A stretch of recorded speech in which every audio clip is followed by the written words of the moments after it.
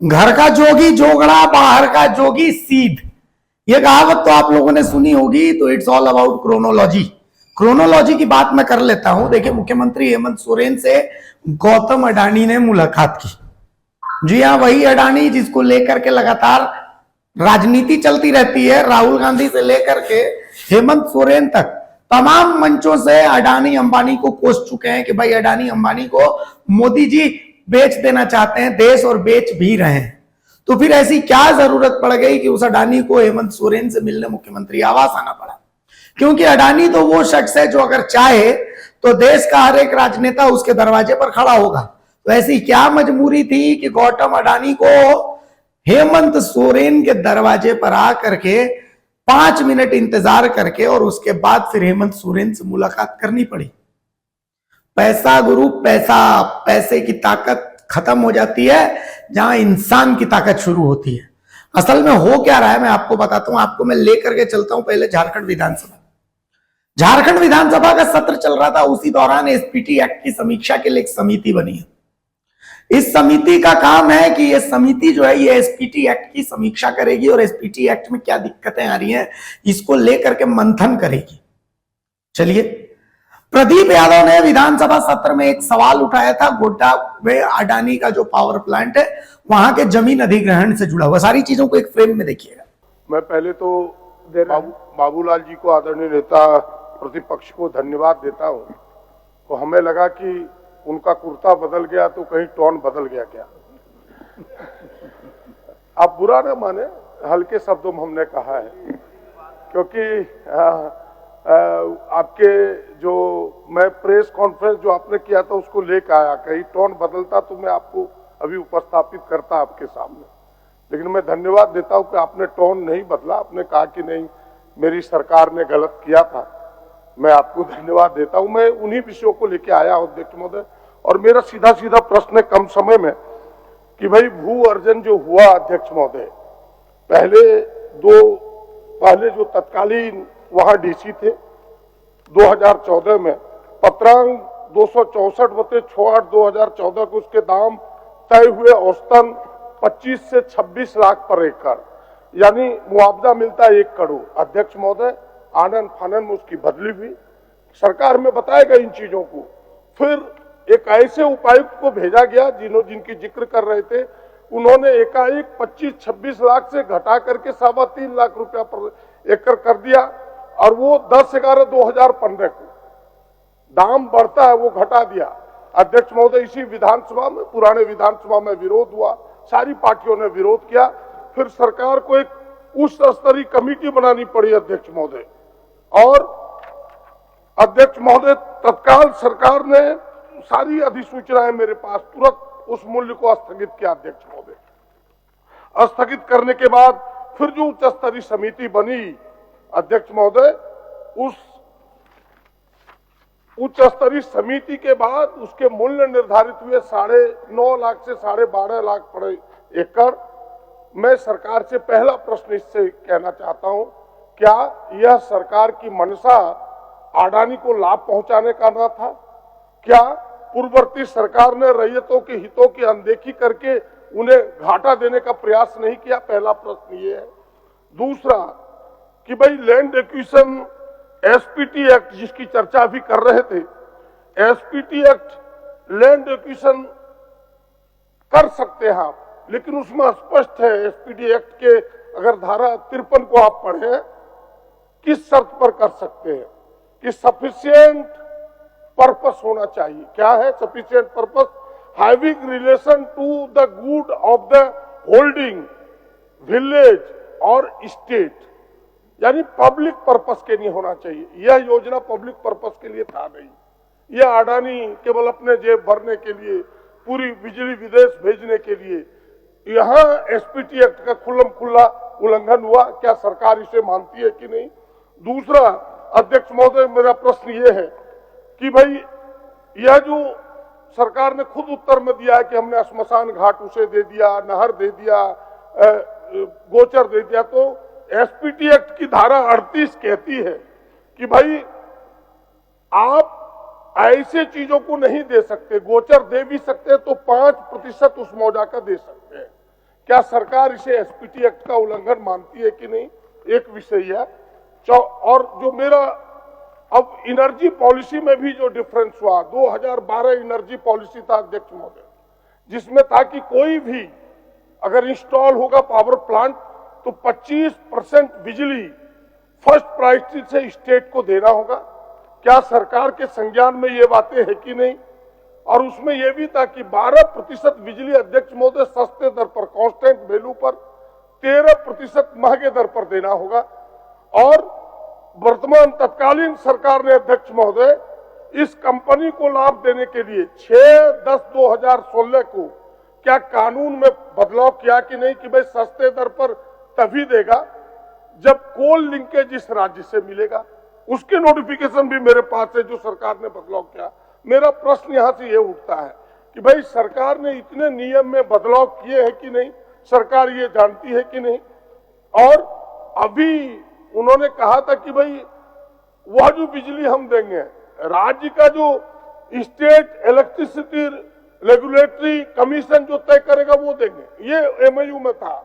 और आज कंपनी कह रही है कि नहीं, भारत सरकार का जो नियामक है जो तय करेगा डॉलर पर यूनिट, उस हिसाब से हम राज्य को बिजली देंगे। क्या सरकार इसे गलत मानती है कि नहीं, एमओयू का उल्लंघन मानती है कि नहीं?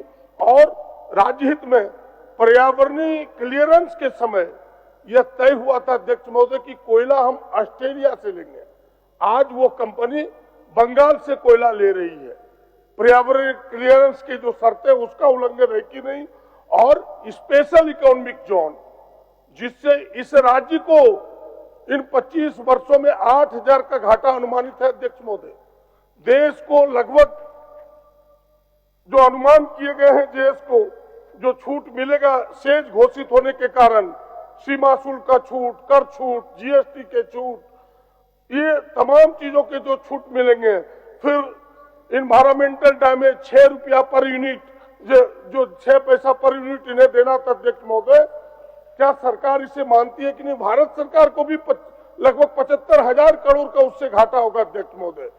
इन चीजों के लिए राज्य सरकार ने पहले उनके जो सेज के जो प्रस्ताव थे उसको अस्वीकृत किया, लेकिन राज्य सरकार के रिकमेंडेशन, हार्डली रिकमेंडेशन, किससे 15,000 लोगों को रोजगार मिलेगा और यहां बड़ा निवेश होगा। क्या ये सारी शर्तें इसलिए लगाई गई कि कंपनी अडानी को लाभ देना, अडानी कंपनी को सरकार लाभ देना चाहती थी? और अंतिम अध्यक्ष महोदय, क्या पर्यावरणीय सुनवाई में जो लोगों से कमिटमेंट किया कि हम तुम्हें अच्छे स्कूल देंगे, हम तुम्हें अच्छी स्वास्थ्य व्यवस्था के लिए अच्छे अस्पताल देंगे, स्थानीय तमाम नौजवानों को नौकरी देंगे, जिसका घोर आज उल्लंघन हो रहा है, क्या इस कंपनी इसका उल्लंघन कर रही है कि नहीं? इन तमाम चीजों का रीअसेसमेंट के लिए मैं सरकार से गुहार लगाने के लिए इस ध्यान आकर्षण के माध्यम से आया हूं। क्या ये जो उल्लंघन है, चाहे एसपीटी का हो, उनको लाभ देने का हो, कानून का उल्लंघन हो, भारत सरकार, राज्य सरकार, क्या राज्य सरकार एक हाई कोर्ट के रिटायर्ड जज की अध्यक्षता में कमेटी बना के इसका रीअसेसमेंट, पुनर्जांच कराना चाहती है? ये मेरी सरकार से मांग है। माननीय मंत्री, अध्यक्ष महोदय, माननीय सदस्य ने जिन बातों को इसमें उठाया है और नेता प्रतिपक्ष आदरणीय बाबूलाल जी का भी इसमें कुछ सुझाव है। क्योंकि तत्कालीन सरकार का ये मामला था, जिन्होंने अडानी पावर प्लांट के लिए कैबिनेट से निर्णय लेकर के और भू अधिग्रहण पुनर्स्थापन अधिकार अधिनियम 2013 के सेक्शन 26 से 3 के अंतर्गत संकल्पना में जो मूल्य निर्धारण का प्रावधान है, उसके आलोक में आयुक्त की अध्यक्षता में जो जिला उपायुक्तों की कमेटी होती है, उसके आधार पर यह तय किया गया कि कितने उसका मूल्य निर्धारण हो, उस आधार पर उनको भुगतान किया जा सके। तो जहां तक सदस्य की भावना है इस मामला को उठाने का, ये बात सही है कि एसपीटी एक्ट एरिया का जो भूमि है वो अविक्रयशील है और उसको खरीद बिक्री भी नहीं करना है, यदि करना है तो सार्वजनिक प्रयोजन के लिए करना है। इन्होंने स्पष्ट तौर पर एसपीटी एक्ट का हवाला देते हुए ये भी कहा है। तो ये बात सही है कि प्रशासनिक पदाधिकारी हो सकता है किसी से प्रभावित हो तो अपने ढंग से उन चीज़ों को निर्धारण करके किसी को फायदा होने की स्थिति हो सकती है। इसीलिए ये हमको लगता है कि बहुत गंभीर मसला है।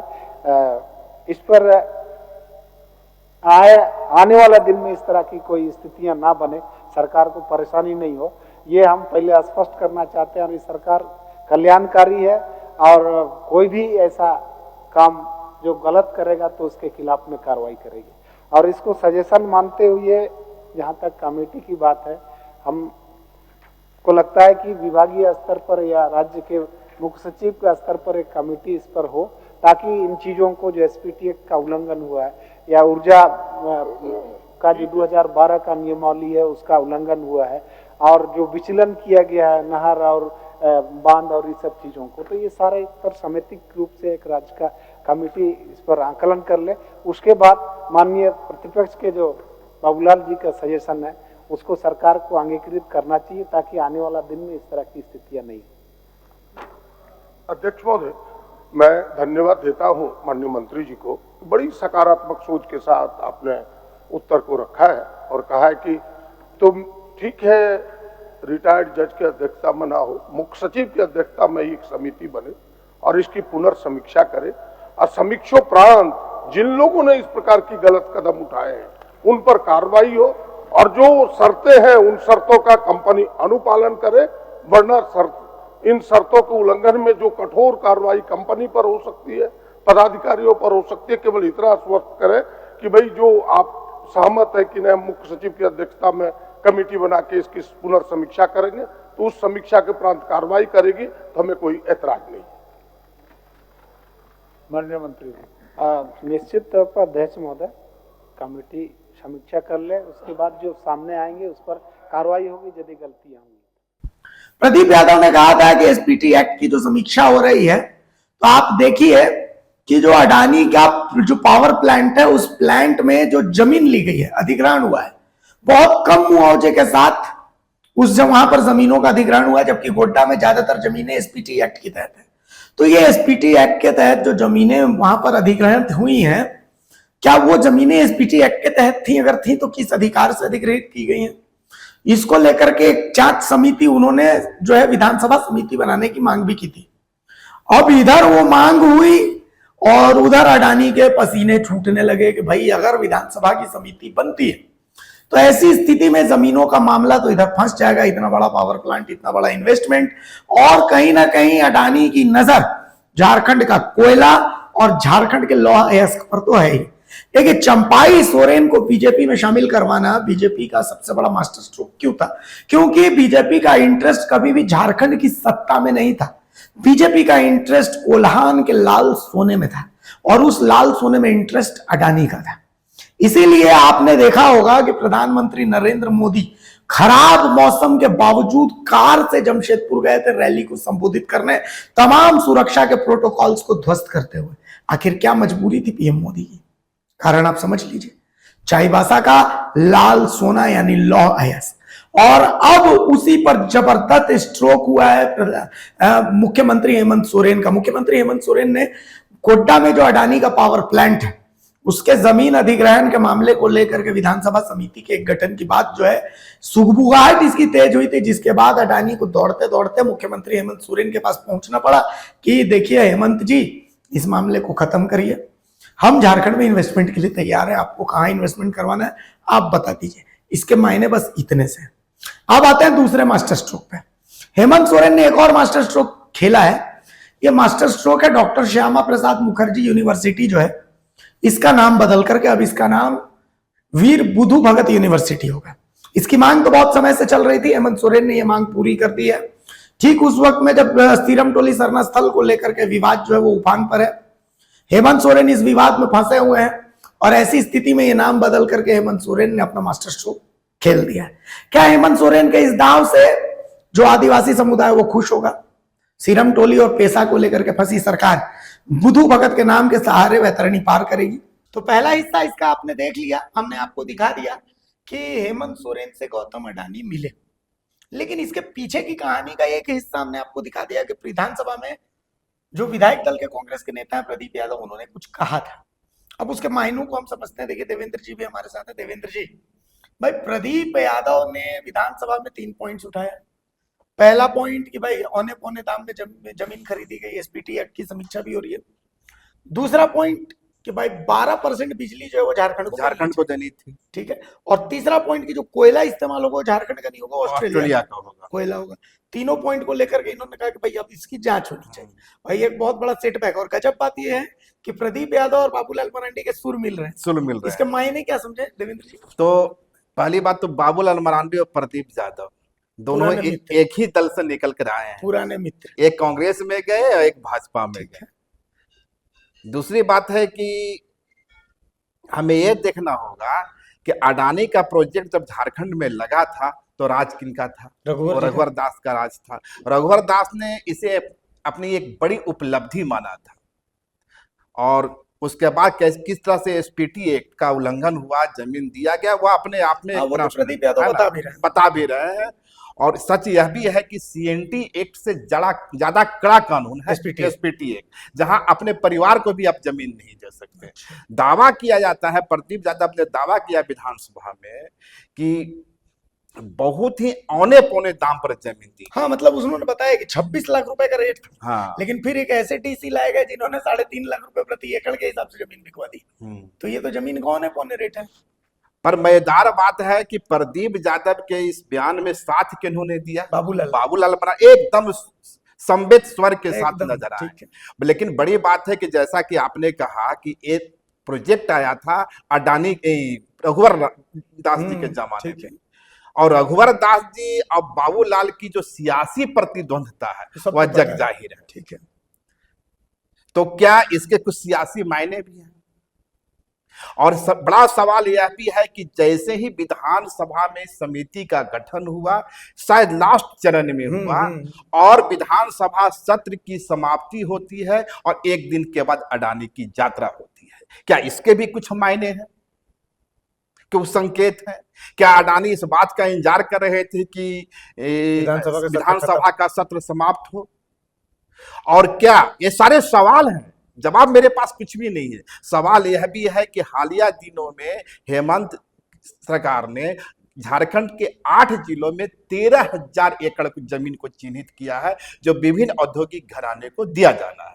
और ये तब की परिस्थिति है जब पेशा एक्ट को लेकर आदिवासी समुदाय के बीच में मांग तेज हो रही है। सरकार भी इसकी ओर बढ़ती नजर आ रही है। तो क्या अडानी उस जमीन के लिए आए थे? क्या अडानी उस जमीन में के मार्फत निवेश करना चाहते हैं? और निवेश का रास्ता क्या होगा? क्या जयराम महतो जैसा कहते हैं कि अब जो भी जमीन होगी दिया जाएगा, जमीन हमारी, पूंजी तुम्हारा, तो यहाँ हिस्सा हमारा, हम नौकरी नहीं करेंगे, हम हिस्सेदारी लेंगे। माने जमीन का कंपनसेशन ही मामला नहीं, मामला यह है कि वो जो नौकरी क्रिएट होगा, क्योंकि जमीन हमारा है, स्किल तुम्हारा है, तो हमारे लोगों का स्किल करो। और हमारे लोग सिर्फ खदान कोला निकालने में ही स्किल क्यों हो, उसके मैनेजमेंट में स्किल क्यों नहीं? एकदम सही है। ये सवाल जयराम महतो का है। तो क्या इस एंगल पर हेमंत सोरेन विचार करेंगे? अच्छा, एक और बहुत इंटरेस्टिंग चीज है। गौतम अडानी वो नेता है, मतलब मैंने अमूमन अक्सर आपने भी देखा होगा, हमने देखा होगा कि राज्य के मुख्यमंत्री लोग गौतम अडानी से मिलने जाते हैं। आदिवासी पावर क्या होता है हेमंत सोरेन ने इस बार दिखाया नहीं। एक और रोचक चीज इसमें है, झारखंड में सरकार चल रही है कांग्रेस की और जेएमएम की। पूरा इंडिया गठबंधन अडानी के निशाने पर ले रहा है। अडानी अंबानी करता रहता है। और मजेदार बात है कि आप देख लीजिए, ये जो प्रकरण आया था बाहर का, एक जो जिसके बाद अडानी का पूरा वैल्यू गिरा था, हिडनबर्ग वाला मामला। आज हिडनबर्ग कंपनी दुनिया में कहीं नहीं है, उसका समापन हो गया। उस हिडनबर्ग की रिपोर्ट के बाद अडानी का साम्राज्य ध्वस्त हुआ एकदम। और इसमें सबसे बड़ी भूमिका हिडनबर्ग की तो थी कांग्रेस की भी। ठीक है। तो क्या हेमंत सोरेन कांग्रेस से बाहर जाकर, लीग से बाहर जाकर करेंगे? तो एक दूसरा चीज यहां समझने की बात है कि हेमंत सोरेन सिर्फ और सिर्फ इंडिया गठबंधन के नेता नहीं है, आपने हालिया रिपोर्ट देखा होगा कि देश के जो 100 राजनीतिक 40वें नंबर पर 40वें एक लंबा जंप लगा है, 93 से 40। 40वां। तो देश की सियासत में हेमंत सोरेन का कद बढ़ रहा है। तो क्या तो यह माना जाए कि हेमंत सोरेन सिर्फ इंडिया गठबंधन के नेता नहीं है, वे एक राज्य के सीएम भी हैं, और एक राज्य के सीएम के रूप में जो राज्य उनका सबसे पिछड़ा हुआ है उसको विकसित करने के लिए उनके अंदर कोई बेचैनी है, और इसी बेचैनी में मुलाकात हो रही है। मैं इसलिए कह रहा हूं, बार बार ये सवाल है, मेरे पास जवाब किसी का नहीं है। सवाल यह भी है कि गुजरात चुनाव के दरमियान जब हिंडनबर्ग की रिपोर्ट के बाद पूरा भाजपा सरेंडर की स्थिति में थी, डिफेंस की स्थिति में थी, पीएम मोदी आगे आके बोले थे, हमला किए थे कांग्रेस पर, अब बोले थे कि टेम्पो में भर भर के अडानी का रुपया कांग्रेस के शहजादे के पास जा रहा है। तो क्या वो रुपया हेमंत सोरेन के पास भी आ रहा है? क्या कल भाजपा यह आरोप लगावेगी? क्या भाजपा अडानी और हेमंत के मुलाकात के बाद अडानी के खिलाफ नजर आएगी? ये सारे सवाल हैं, लेकिन सबसे बड़ा सवाल यही है कि ये दोनों की बीच की जो मुलाकात हुई इसके मायने क्या है? बहुत दिन तक इस पर चर्चा। और विश्लेषक अपने पाठकों से हम यही कहेंगे कि भाई अपने अपने विवेक का इस्तेमाल कीजिए। जो सवालात उभर रहे हैं इस मुलाकात के, सिर्फ और सिर्फ हम उसे आपके सामने परोस रहे हैं। बस आप लोगों को भी क्या लगता है इस मुलाकात के मायने क्या, हमको कमेंट्स में बताइए कि भाई हम भी जाने कि लोग क्या सोच रहे हैं इस मुलाकात में। मुलाकात के मायने तो बहुत बड़े हैं, हाँ। यकीनन बहुत बड़े हैं। आप सिर्फ इसको एक उद्योगपति और एक मुख्यमंत्री की मुलाकात, जो मेरे सूत्र बता रहे हैं कि अडानी को 5 मिनट तक इंतजार करना, 5 मिनट तक इंतजार करना। अडानी का 1 सेकंड का कीमत 18 करोड़ रुपए लगाई जाती है। हाँ। तो 5 मिनट की कीमत आप सोच लीजिए, 90 करोड़ दाम पे लगा देख लीजिए आप, तो आप सोच लीजिए। सवाल यही है, कुल मिलाकर जब निष्कर्ष पर निकले तो क्या अडानी गोड्डा प्रोजेक्ट को बचाने के लिए आए थे? अच्छा, एक और चीज है देवेंद्र जी, याद कीजिए वो समय जब चंपाई सोरेन बीजेपी में आए थे, झारखंड की सत्ता में बीजेपी का इंटरेस्ट नहीं था। नहीं, जो बीजेपी का इंटरेस्ट था वो था चंपाई और कोल्हान। कोल्हान के सारंडा जंगलों में लाल सोना है, और उस लाल सोना में अडानी का इंटरेस्ट है। ये कहा जा रहा है प्रधानमंत्री नरेंद्र मोदी खराब मौसम के बावजूद सारे सुरक्षा प्रोटोकॉल को तोड़ करके जमशेदपुर गए। एक नया एंगल आपने जोड़ दिया। तो यही मेरा सवाल कितने उभरते हैं? क्या अडानी जो है गोड्डा प्रोजेक्ट को बचाने के लिए आए थे, या और प्रोजेक्ट को बढ़ाने के लिए आए थे? क्या अडानी सारंडा के जंगल में अपने हिस्सेदारी के लिए या निवेश के लिए आए थे? क्या अडानी इसलिए आए थे कि 13,000 एकड़ जो झारखंड के 8 जिलों में दिया जाना है उसके लिए आए थे? क्या अडानी झारखंड की बेहतरी के लिए आए थे? क्या हेमंत सोरेन का कद सिर्फ और सिर्फ अच्छा, हम जैसे झारखंडियों के लिए यही खुशी की बात है कि अडानी को 5 मिनट इंतजार करना निश्चित रूप से हमारे मुख्यमंत्री, निश्चित रूप से क्योंकि आज तक सारे मुख्यमंत्री केंद्रीय मंत्री अपॉइंटमेंट लेते हैं, अडानी को अपॉइंटमेंट लेना पड़ा। भाई हमारा सीना फूल गया। एक चीज और देख सकते हैं, हाल के दिनों में पप्पू यादव की झारखंड में लगातार का टीएन सिंहदेव झारखंड के दौरे पर है। मैं छोटे बता, ये सारे लोग विधानसभा में आते हैं, हेमंत सोरेन से मुलाकात करते हैं। और आपको एक चीज और याद होगा, जब पप्पू यादव झारखंड में अंतिम बार आए थे और जब कैबिनेट के बैठक के बाद वो निकल रहे थे, तो हेमंत सोरेन ने तलखी भरे बयान में कहा था कि इन्हीं से बयान लेता है। तो कहने का मतलब कि झारखंड में जो संपदा है, जो जल जंगल जमीन, मैं नहीं कह रहा कि पप्पू यादव इसी के लिए आए थे, मैं कयास लगा मैं ये भी नहीं कह रहा हूं कि टीएन सिंहदेव की यात्रा भी इसी कड़ी का हिस्सा था। मैं कदापि ये नहीं कह रहा हूं कि अडानी इसीलिए आए थे, मैं सिर्फ सवाल छोड़ रहा हूं, है ना। पर झारखंड में के जो मिट्टी में सोना है, यूरेनियम है, अब्रक है, कोयला है, और उसके ऊपर जो वन संपदा है, निश्चित रूप से झारखंड की उद्योगपतियों में और जो दूसरे घराने हैं राजनेताओं हैं, उनकी नजर इस पर है। चलिए, तो आप भी बताइए कमेंट्स में हमें, आपको क्या लगता है भाई, क्यों आए थे अडानी? पप्पू यादव क्यों आते हैं टीएन सिंहदेव? आपको क्या लगता है हमें कमेंट्स में जरूर बताइए। वीडियो पसंद आए तो लाइक कीजिए, सब्सक्राइब कीजिए, शेयर भी कीजिए। हमें इजाजत दीजिए, नमस्कार, जोहार। अगर खबर पसंद आए तो आप QR स्कैन कर दें हमारा साथ। आपका एक छोटा आर्थिक सहयोग है हमारा बड़ा हौसला। द भारत मित्र, बुलंद भारत की बुलंद तस्वीर।